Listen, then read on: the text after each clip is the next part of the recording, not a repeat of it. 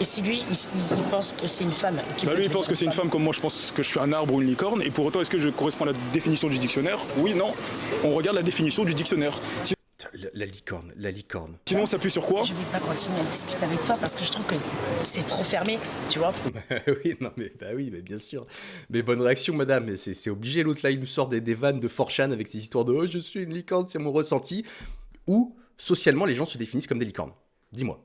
On parle de construction sociale, hein, pas de catégories random. En fait, les genres sont des catégories qui ont une existence sociale et normative. Elles se construisent en opposition ou à l'intérieur des catégories socialement définies et rigides. Voilà. Ou, socialement, la licorne est imposée comme une norme sociale. Dis-moi. Bon.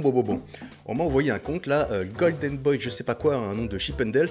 Apparemment, c'est un genre de droitard masculin libertarien un peu stupide. Et sa cible préférée, c'est le féminisme. Ah, nous sommes tous extrêmement surpris. Donc, on va voir un petit peu ce que ça donne. J'ai pris 2 réels et après, on va voir un petit peu une vidéo YouTube. Voilà, donc n'attendez rien, mais préparez-vous à être déçus. Donc dans 100 ans, 200 ans de féminisme, peut-être qu'on aura 80% de femmes éboueuses. Bon, je pense pas. C'est quand même un boulot où il faut... Si le boulot, on travaille tôt le matin. Le problème, c'est que les femmes, elles sont encore préposées à amener les enfants à l'école, donc c'est compliqué. Oui, même là, elle arrive à se victimiser. Bien vu, bien vu. Même moi, j'aurais pas eu cette audace-là. J'aurais pas fait ce tour de passe-passe. Tu veux dire que même toi, tu n'aurais pas pensé qu'il faut s'occuper des enfants? Ouais, c'est incroyable. Même toi, tu n'aurais pas pensé qu'effectivement, les femmes sont celles qui s'occupent le plus des enfants. Voilà, qui leur achètent des fringues, qui les amènent le plus à l'école, le plus chez le médecin, qui s'occupent de trouver une crèche, de payer la cantine, qui gèrent les rendez-vous administratifs, les rendez-vous avec l'hôpital, etc. Oui, c'est incroyable. La victimisation de pointer du doigt une inégalité de répartition des tâches qui font que les femmes ont tendance à moins se consacrer au travail puisqu'elles doivent gérer la structure familiale, ce qui comprend aussi faire la vaisselle et laver tes slips sales, et qui doivent se taper leur taf en plus de ça, hein. C'est ce qui a donné le concept de double journée, voilà. C'est sourcé, c'est chiffré, voilà, on sait que le travail non rémunéré des femmes, c'est à peu près 15% du PIB, voilà, donc à peu près 450 milliards d'euros, oui, effectivement, tu n'y as peut-être pas pensé, pourtant la réalité est là. Pas pensé. Bien joué. Qu'une femme pour faire ça, qu'une petite féministe, visiblement très mignonne, hein, mais faudrait pas plusieurs comme elle. Incelcore. Incelcore, complètement Incelcore. D'ailleurs, t'es mal les commentaires. Turbo Bolos, comment ai-je atterri sur Incelgram? C'est exactement ça. Du coup, les femmes qui travaillent le matin de nos jours, elles déscolarisent leurs enfants vu qu'elles peuvent pas les emmener à l'école. Ben non. Elles prennent des mi-temps, ou elles font des interruptions de carrière, etc. Ou quand elles sont pas juste contraintes d'arrêter très tôt leurs études parce qu'elles tombent enceintes. Parce que généralement, c'est pas le père qui va modifier ses habitudes de travail, voilà. Et ça veut pas dire qu'il y a jamais aucun équilibre possible nulle part dans aucun couple hétéro, hein. Ça veut dire que tendanciellement, la femme porte la charge des enfants, comme on vient de dire. Et c'est aussi un des facteurs d'ailleurs qui explique les différences de salaire, hein. Le mi-temps forcé, les types d'emplois non rémunérés, etc. Pendant que le mec peut continuer sa carrière, monter en échelon, etc., etc. Et oui, et bien sûr, dans les commentaires, vous allez pouvoir trouver des femmes qui pensent la même chose, voilà, comme tu vas trouver des prolétaires qui croient à la méritocratie, qui croient qu'il faut pas taxer les riches, voilà, comme ton pote là, le roi des tokens là, qui s'auto-persuade qu'il est génétiquement blanc. Il s'auto-persuade qu'il est génétiquement blanc, comme ça il peut sucer toute l'extrême droite, alors que l'extrême droite attend qu'une chose, c'est de le foutre dans un avion. Malheureusement, il y en a un peu trop. Donc dans 100 ans, 200 ans de féminisme, peut-être qu'on aura 80% de femmes éboueuses. Oui, d'ailleurs, sur les éboueurs, parce que le choix du métier n'est pas innocent, c'est un métier pénible, c'est un métier mal rémunéré, c'est un métier mal vu, qui est généralement occupé par, alors oui, des mecs, mais aussi et surtout des personnes racisées, parce que ce sont des métiers, comme dans le bâtiment, qui sont occupés par les couches les plus basses de la société, tout comme les femmes racisées sont surreprésentées dans les ménages, etc. Bref, des postes moins valorisés socialement. L'ordre social est fondé sur des hiérarchies, sur une division genrée et raciste du travail. Voilà. Et c'est pas la faute des femmes et c'est pas la faute des personnes racisées, c'est la faute d'un système, celui que tu défends, qui organise la production et qui s'appuie sur des systèmes de domination comme le patriarcat et le racisme. Voilà, un système qui nuit aux hommes, entre eux déjà, puisqu'il les hiérarchise en fonction de leur classe sociale, de leur race, de leur orientation sexuelle, de leur physique, etc. Bref, mettons le deuxième réel, si vous le permettez. Et comment est-ce que t'expliques qu'il y ait moins de pompiers femmes que hommes? Historiquement, Putain, mais c'est encore la même chose en fait. Les femmes, elles n'ont pas été admises chez les pompiers avant la fin des années 80. Voilà. Est-ce que tu crois que ça peut jouer au niveau de la représentativité des postes? Voilà. Ça fait 40 ans qu'elles ont un accès égal et elles représentent déjà à peu près 25% des effectifs. Donc une personne sur 4, un pompier sur 4 est une femme. C'est 60% de plus qu'il y a 10 ans. Voilà, vous avez les pires arguments. C'est du OSS 117 dans le texte. Et l'idée est que nous travaillions ensemble, d'égal à égal. On en reparlera quand il faudra porter quelque chose de lourd. On n'a jamais pensé à dire aux femmes qu'elles pouvaient faire ce métier-là. Et on En fait, c'est des putains de robots, en fait. Ils répètent toujours la même chose. Je sais, en fait, vous savez que maintenant, je sais précisément tout ce qu'ils peuvent dire à chaque moment. Puisque je suis quelqu'un, quand même, des fois, beaucoup, j'ai la flemme, tu vois, de penser à qu'est-ce. Bah voilà, on peut s'arrêter là en fait. Est-ce que je dois rajouter quelque chose? Le gars t'explique, j'ai la flemme de penser. Oui, t'as la flemme de penser, gros, c'est exactement ce qu'on te reproche. En fait, ton discours il est éclaté. C'est littéralement le même que 100% des influenceurs masculins.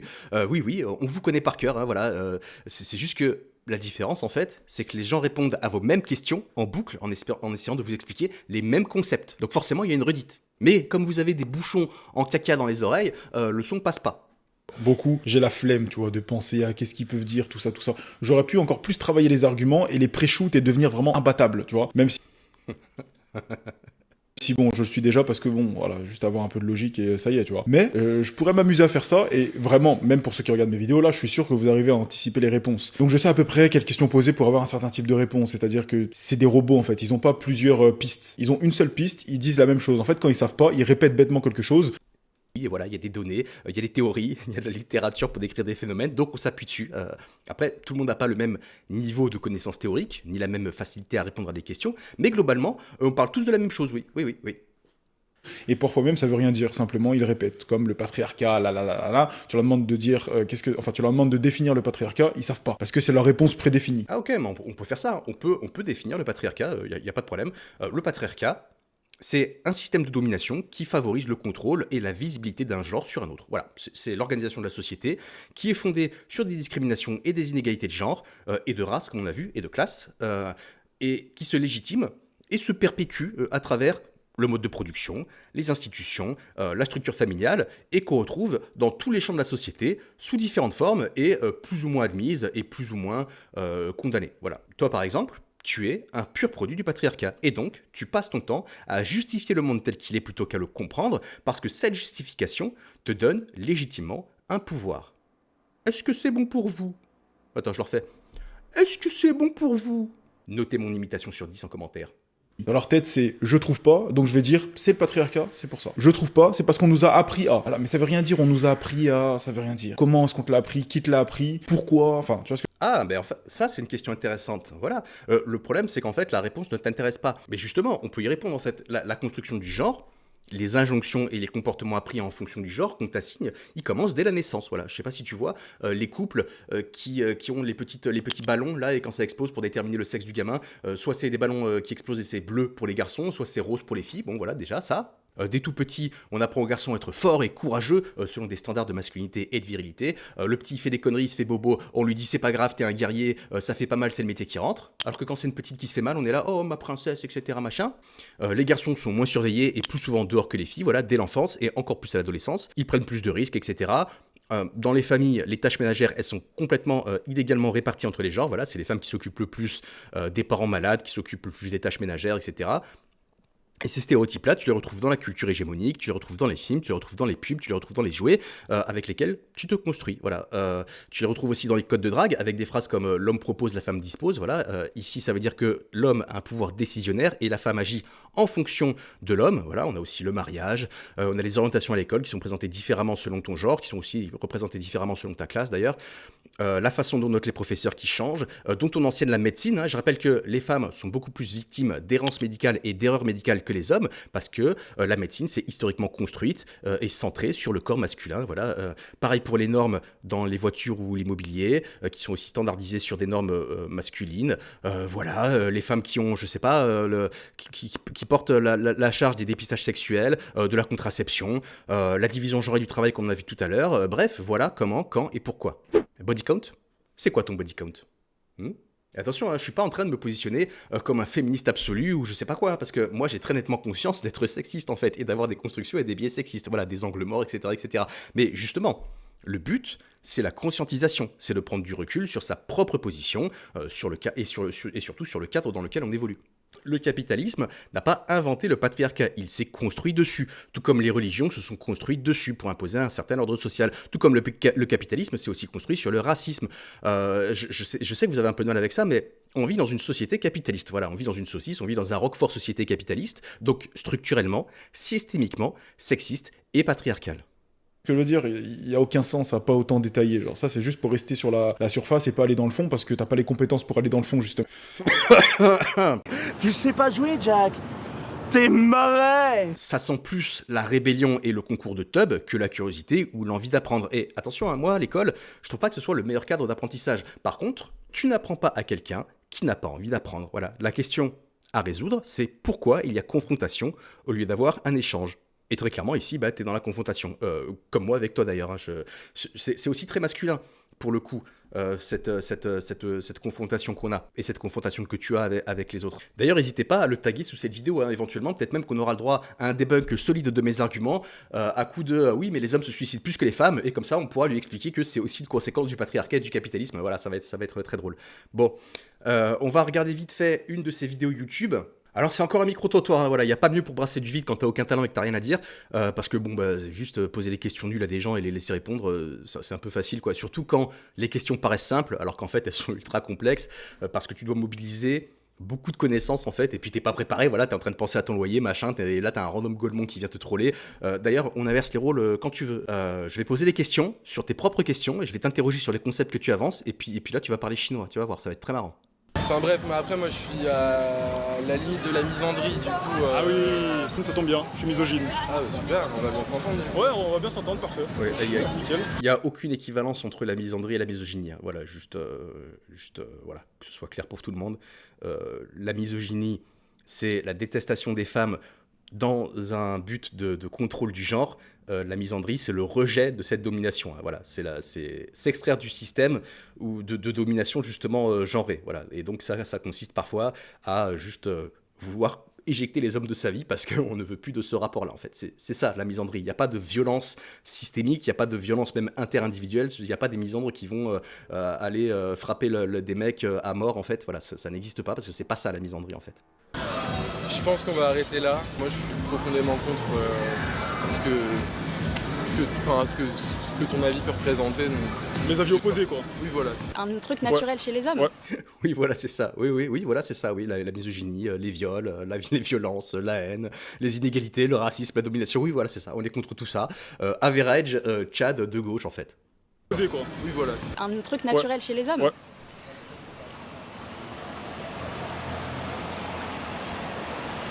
Bah, je saurais pas dire. Ah. Est-ce que je... Oui, ça veut dire quoi un truc naturel chez les hommes? Non, effectivement, ça veut rien dire. Naturel, ça veut dire quoi? Par rapport à quoi? C'est quoi un truc naturel chez un homme? La phrase, elle fait 8 mots. Il y a 3 termes non définis. Truc, homme et naturel. Voilà. On n'a même pas le contexte de la phrase. Tu attendais quoi? Quelque chose de biologique, de fréquent, d'inné, de statistiquement majoritaire? Je sais pas. Est-ce que c'est le mot beuteux que tu attendais? Un truc naturel chez l'homme? La beuteux. Voilà. Et les hommes qui n'ont pas de beuteux, du coup, ils sont pas naturels? Bah, ils sont quoi? Non, ta phrase, elle veut rien dire, en fait. Je suis désolé. Ah. Est-ce que je suis un arbre? Non, mais si tu te sens arbre... Pourquoi je suis pas un arbre? Parce que je ressemble pas à un arbre, donc dans la définition... Je pense que toi... Non mais attends, il nous fait vraiment le coup de l'hélicoptère Apache, là, mais... Et moi, je suis un hélicoptère Apache, mais j'en peux plus. Mais les droitards, mais évolués, en fait. On n'est plus en 2010, les gars. Je ressemble pas à un arbre, donc je suis pas un arbre. Mais qui prétend être un arbre, en fait? Qui, à part le truc, là, c'est quoi? C'est Sophie à l'école, là, je sais plus ce que c'est. Laura, tu dois essayer de devenir un arbre. Allez, vite, essaie d'être un arbre. Oui.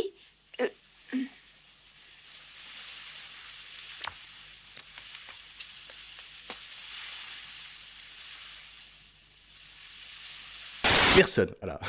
Vous comprenez tellement rien que vous êtes obligé de tout caricaturer parce que vous n'avez pas les armes pour vous attaquer au sujet, parce que vous ne savez pas définir ce qu'est un homme, une femme, le genre, le sexe, et spoiler, les biologistes eux-mêmes n'ont pas de définition consensuelle sur ces termes, voilà. Ils n'ont même pas de critères qui définissent le sexe de manière univoque, et on n'a même pas de critères qui définissent un individu en tant que tel. Donc imagine, c'est pas toi qui va arriver, tu vas tout whipper en 10 secondes parce que tu comprends rien et que ta définition c'est le petit Larousse pour les 6-12 ans, vraiment, vous m'épuisez.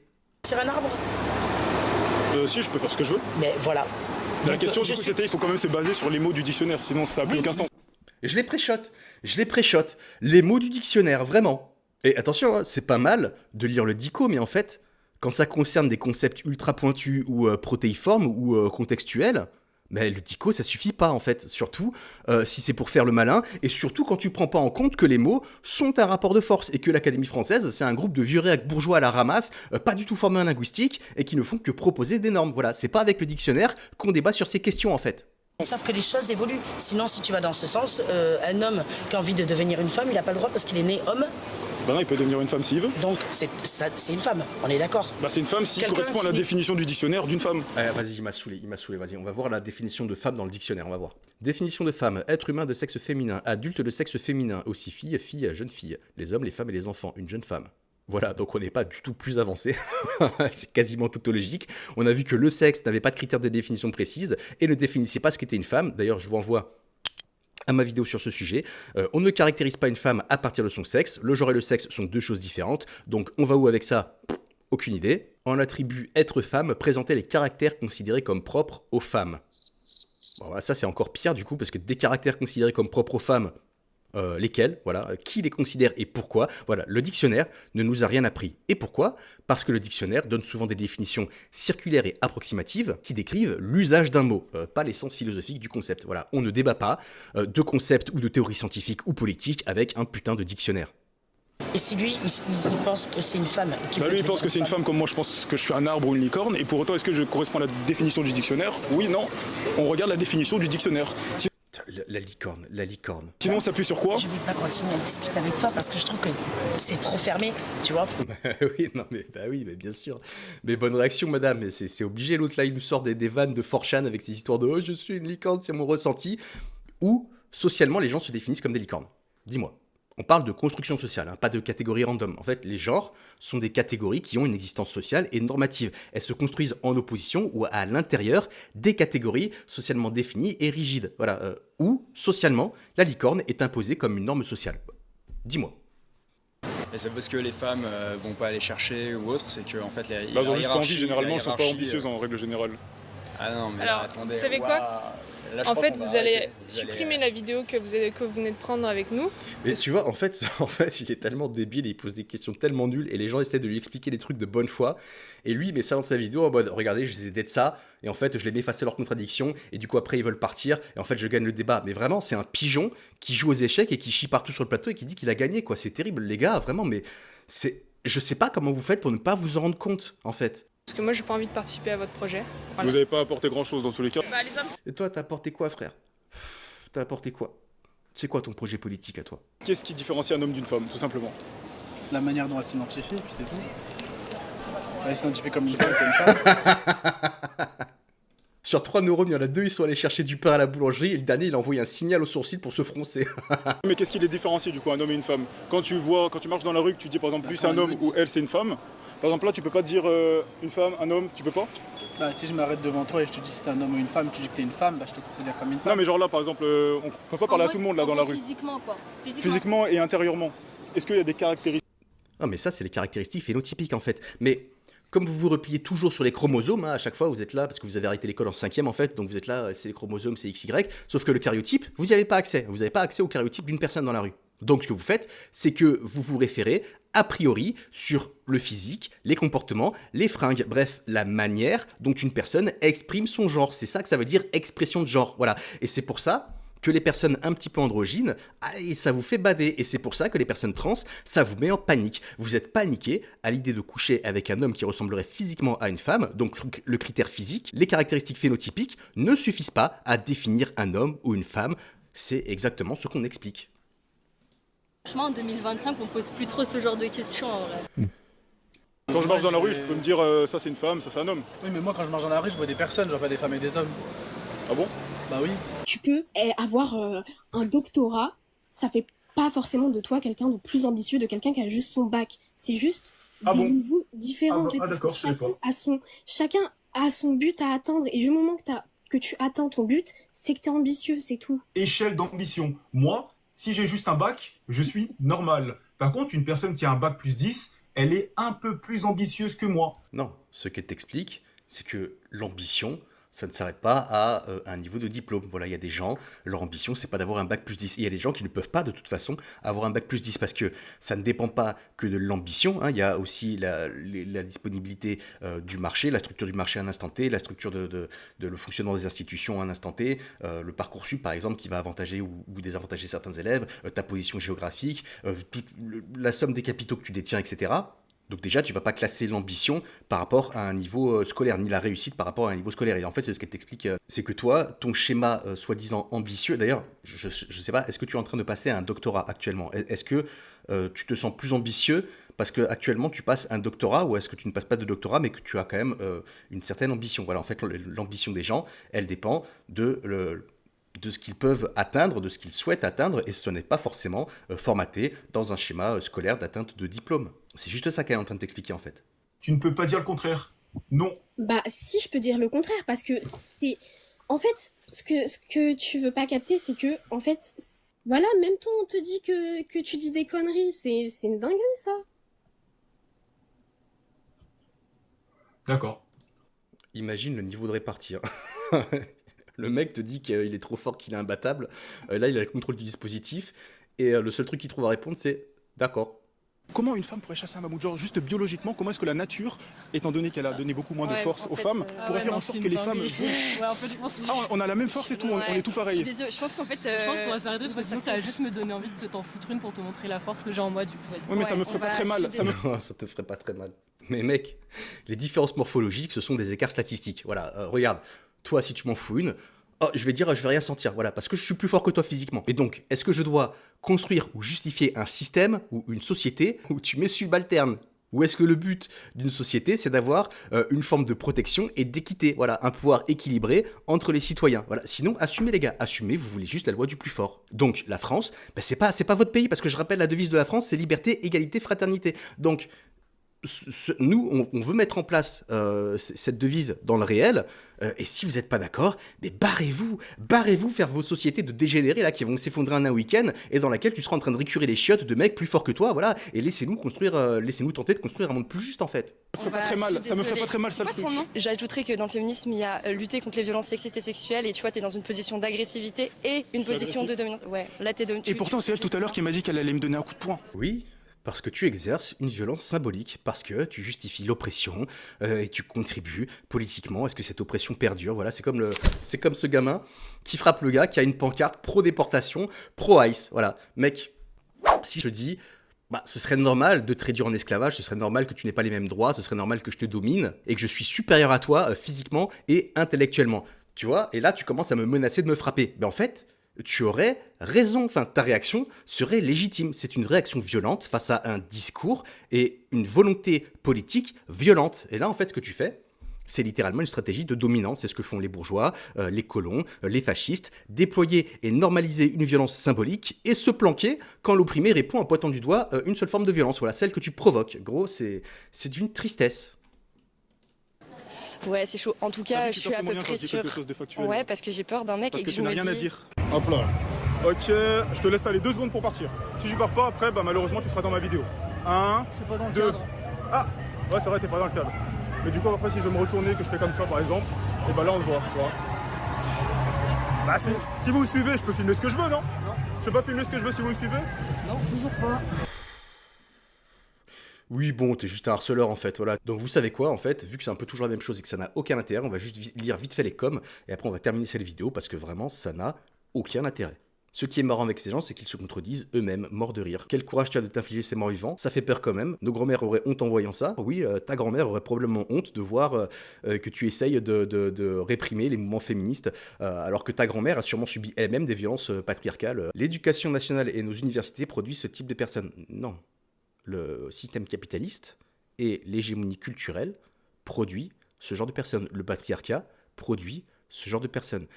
L'éducation nationale, dans une certaine mesure, et nos universités tentent d'émanciper plus ou moins les individus avec des rapports inégaux et avec énormément de problèmes structurels, mais dans l'ensemble, bah, l'accès à la connaissance est censé quand même un peu contredire l'intériorisation des normes, même si elle en implique de nouveau.